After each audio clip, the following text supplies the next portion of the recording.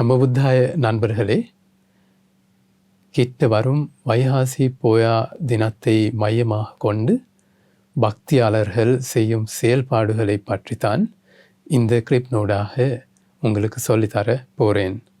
அதனாலே அதுக்கு ஆர்வம் இருக்கின்றவர்கள் நன்றாக செவிமடுங்க.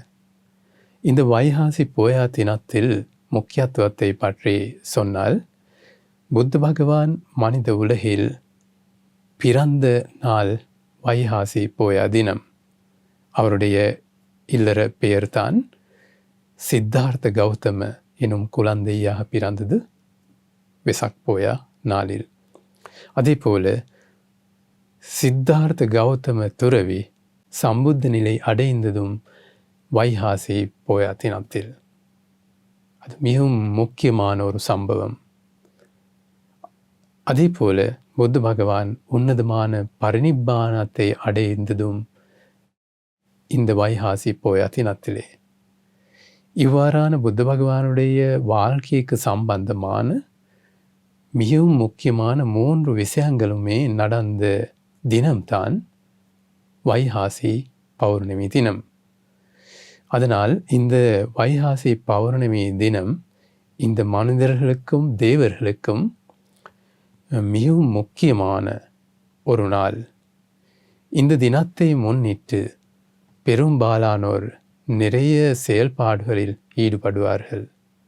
புத்த பகவான் மொழிந்தருளிய ஏதாவது ஒரு தர்மம் இருக்குமாயின், ஸ்வர்க்கத்தில் அடைய முடியும் தர்மம், பிரம்ம உலகத்தில் அடைய முடியும் தர்மம், அதே போல நிப்பான மோட்சத்தை அடைய முடியும் தர்மம், அதே போல எல்லா துக்கங்களில் இருந்தும் விடுபட்டு உன்னதமான மோட்ச சாந்தியை பெற்றுக்கொள்ள முடியும். இந்த தர்மத்துக்கு ஏற்ப மனிதர்கள் வாழ்வார்கள். அந்த போயா தினத்தை முன்னிட்டு நிறைய பேர் தியான நிகழ்ச்சிகளை, தர்ம தியான இல்லாவிட்டால் சீல தியான நிகழ்ச்சிகளை ஒழுங்கப்படுத்துவார்கள். அங்கே கலந்து கொண்டு உப்போசத அட்டமக சீல எனும் 8 விரதங்களை கொண்டு பிரம்மச்சாரி விரதம், அதே போல் விகால போஜன அதாவது உண்ணா விரதம் கொண்டு, அத்தோடு 8 விரதங்களை கொண்டு உபோசித அட்டமக சீலத்தினை கடைபிடிக்கிறார்கள். அதே போல் அதே நாளில் சீலத்தை கடைபிடித்து கொண்டு தியானங்களில் ஈடுபடுவார்கள். தியானம் செய்வார்கள் மட்டுமல்ல, தர்மம் செய்மடுக்கிறார்கள். அப்படியான விஷயங்கள் தான் முக்கியமாக செய்ய வேண்டிய விஷயங்கள். அது மட்டும் இல்லை, இந்த போயா தினத்தில் அதில் முக்கியத்துவத்தை கருதி புத்த பகவானுக்கு செய்யும் ஒரு கௌரவமாக, புத்த பகவானுக்கு செய்யும் ஒரு பூஜையாக கருதி நிறைய பேர் வைகாசி கூடுகளை அமைத்து புத்த பகவானுக்கு பூஜையாக தொங்க வைக்கிறார்கள். வைகாசி கூடுகள் அல்லது வெசாக் கூடுகள் அல்லது வெசாக் லேண்டன்ஸ் மிகவும் அழகாக பலவிதமான முறைகளில் செய்கிறார்கள். அதே போல வெசாக்கூடு பிரதானமாக அட்டப்பட்டம என்று இருக்கு. அதே போல தரு என்று இருக்கிறது, நட்சத்திரங்கள் ஷேப்புக்கு தான் இருக்கு. அதே போல உள்ளாட்டப்பட்டம் இருக்கு, மேக்ரன் போலான வடிவங்களில் இருக்கு. அதே போல சுழரும் வெசாக்கூடுகள் இருக்கு. அது சாதாரணமாக 30 அடி 20-30 அடிகளுக்கு உயரமாக மனிதர்கள் கட்டுவார்கள். அதே போல அதே நாளில் செய்யும் வைகாசி கூடுகள் தொங்க வைக்கிறார்கள். விஹாரங்களில், நகரங்களில், அதே போல வீடுகளில் தொங்க இரவு காலத்தில் விதவிதமான நிறங்களை கொண்ட லைட்களை உள்ளே போட்டு ஆட்டோமேட்டிக் முறையில் ஜொலிக்க வைக்கிறார்கள். அப்போது இரவு காலத்தில் மிகவும் அழகாக இருக்கிறது. அது மட்டும் இல்லை, லைட் கொடிகள் இருக்கு. அவற்றை போட்டு நகரங்களை, விஹாரங்களை, அதே போல வீடுகளை அலங்கரிக்கிறார்கள். புத்த பகவானுக்கு பூஜையாகத்தான் செய்ய வேண்டும். அதே போல தான மண்டபங்களை அமைத்து வரும் மனிதர்களுக்கு இலவசமாக தானமாக உணவுகளை, அதே போல பானங்களை கொடுக்கிறார்கள். இது நிறைய பேர் அந்த நாளில் அந்த தான மண்டபங்களில் இருந்து தன்னுடைய உணவை பெற்றுக்கொள்வார்கள். நீண்ட வரிசைகள் இருக்கிறது. அதே போல அதே நாளில் பக்தி பாடல்கள், சில நேரம் போட்டிகள் அவ்வாறான அளவுக்கு நல்ல இல்லை, ஆனால் பக்தி பாடல் நிகழ்ச்சிகள் ஒழுங்கப்படுத்துவார்கள். இரவு காலத்தில் தான் இவற்றை செய்வார்கள். அது மட்டும் இல்லை, வைகாசி போய தினத்துக்கு முன்பே இவ்வாறான விஷயங்களை செய்ய வேணும். வைகாசி கூடுகளை விசக்கூடுகளை அமைக்கும் போது அதுக்கு காலம் போகும்.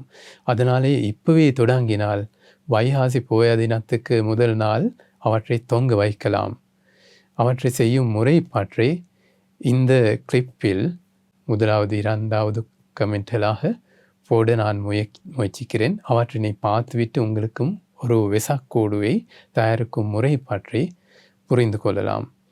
அவற்றை மிகவும் அழகாக தொங்க வைத்து ஜொலிக்கும் போது இரவு காலத்தில் எடுத்த வீடியோகளை உங்களுக்கு இத்தோடு பகிர்ந்து கொடுக்கிறேன். அவற்றினை உங்களுக்கு பார்த்து ஒரு கருத்து பெற்றுக்கொள்ளலாம். அது மட்டும் இல்லை, வைகாசி போய தினத்தில் தோரணாக்களை காட்டுவார்கள். தோரணை என்னும் விஷயம் சிலர் 80 அடி போல மிகவும் உயரத்துக்கு செய்வார்கள். அங்கே இருப்பது புத்த பகவானுடைய வாழ்க்கை சம்பந்தமான மிகவும் முக்கியமான சம்பவங்கள் படங்களில் வரைந்து விட்டு அந்த படங்களில் வட்டத்தில் சுற்றியில் லைட்களை நிறமான, அதாவது விதவிதமான நிறங்களை கொண்ட லைட்களை போட்டுவிட்டு மேலே பொருத்துவார்கள். அப்படி இல்லாவிட்டால் புத்த பகவானுடைய முதல் பிறவிகளை பற்றி இருக்கும் கதைகள், ஜாதக கதைகளில் இருக்கும் விஷயங்கள் படங்களில் வரைந்துவிட்டு அவற்றில் லைட் போட்டு அப்படி அமைக்கிறார்கள். அதுவும் இந்த கிளிப்பில் உங்களுக்கு பார்த்து கொள்ளலாம். அப்போது இரவு காலத்தில் அந்த ஜொலிக்கும் லைட்கள் விதவிதமான முறைகளாக ஜொலிக்கிறது. பெரிய மிகவும் அழகான ஒரு காட்சி. மனிதர்கள் கூடி அவற்றினை பார்க்கிறார்கள் இரவு காலத்தில்.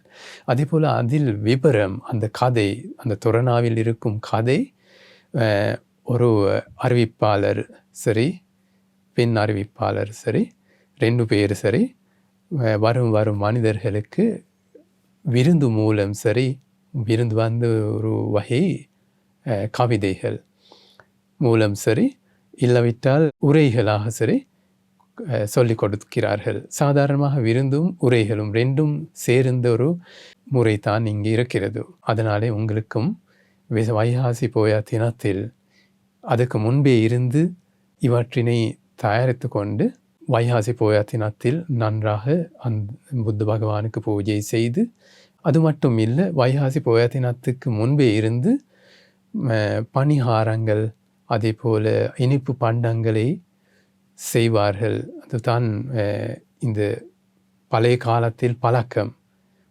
என்ன காரணம்? புத்த பகவானை சரணமடைந்தவர்களுடைய புத்தாண்டு தான் வெசாக் போய தினம், வைகாசி பௌர்ணமி. அதனால் இனிப்பு பண்டங்கள், விதவிதமான சாப்பாடுகளை முதலில் இருந்தே சமைத்து விட்டு வரும் மனிதர்களுக்கு சேவ் பண்ணுவார்கள். அதாவது வரும் மனிதர்களுக்கு கொடுக்கிறார்கள். அது இந்த வைகாசி போய தினத்தில் பண்டைய காலத்தில் இருந்த ஒரு பழக்கம். அதே போல அதே நாளில் புத்த பகவானுக்கு செய்யும் ஒரு பூஜையாக கௌரவமாக கருதி பாவ செயல்கள் முற்றுமுழுதாக நிறுத்த வேண்டும். அதாவது வேட்டையாடுதல், அதே போல களவு, விபச்சாரம், பொய், மது, பார் இல்லவிட்டால் டெவரன்ஸ் மூடிவிட வேண்டும். அவ்வாறு இந்த அனைத்து விதமான பாவங்களையும் கைவிட்டு அனைத்து விதமான புண்ணியங்களையும் செய்து வைகாசி போய தினத்தில் புத்த பகவானுக்கு பூஜை பண்ணலாம், கௌரவம் அளிக்கலாம், புத்த பகவானை பின்பற்றலாம். அதற்காக உங்களுக்கும் வாய்ப்பு கிடைப்பதாக சொல்லி ஆசீர்வாதம் செய்கிறேன். நமோ புத்தாய.